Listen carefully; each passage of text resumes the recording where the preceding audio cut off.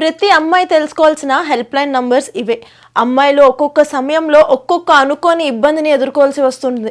అలాంటి సమయాల్లో వెంటనే సరైన సహాయం దొరకకపోవచ్చు. అందుకే ఎలాంటి సిచ్యువేషన్లో అయినా అమ్మాయిలు అవసరాన్ని బట్టి సహాయం చేయడానికి ఎన్నో నంబర్స్ ఉండడం జరిగింది. మరి ఏ సమయంలో ఏ నంబర్కి కాల్ చేసి అమ్మాయిలు సహాయం పొందొచ్చో తెలుసుకుందామా? ఇక వాటికి సంబంధించిన వివరాల్లోకి వెళ్తే, బస్లో కానీ పబ్లిక్ ట్రాన్స్పోర్ట్లలో కానీ అమ్మాయిలు హెరాస్మెంట్ని ఎదుర్కొంటే 1091 లేదా 112 అన్న నంబర్స్కి కాల్ చేసి సహాయాన్ని పొందొచ్చు.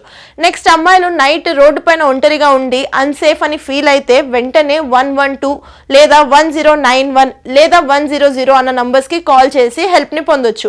దాని తర్వాత అమ్మాయిలు డొమెస్టిక్ వైలెన్స్ ని ఎదుర్కొన్నా లేదా ఇంట్లో అబ్యూస్ ని ఎదుర్కొన్న సమయాల్లో 181 ఆర్ 1091 అన్న నంబర్స్ కి కాల్ చేయొచ్చు.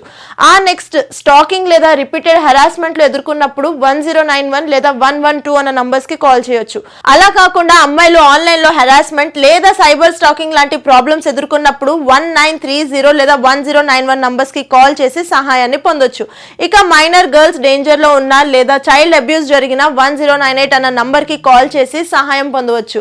అవి కాకుండా లీగల్ హెల్ప్ లేదా ఉమెన్స్ రైట్ సపోర్ట్ కోసం అయితే 7827170170 లేదా 181 అన్న నంబర్ కి కాల్ చేసి సహాయాన్ని పొందొచ్చు. ఇవేవి కాకుండా ఏ ఎమర్జెన్సీ సిచ్యువేషన్ వచ్చినా ఆల్రెడీ ఇప్పటికే తెలిపిన 112 అన్న నంబర్ కి కాల్ చేయొచ్చు.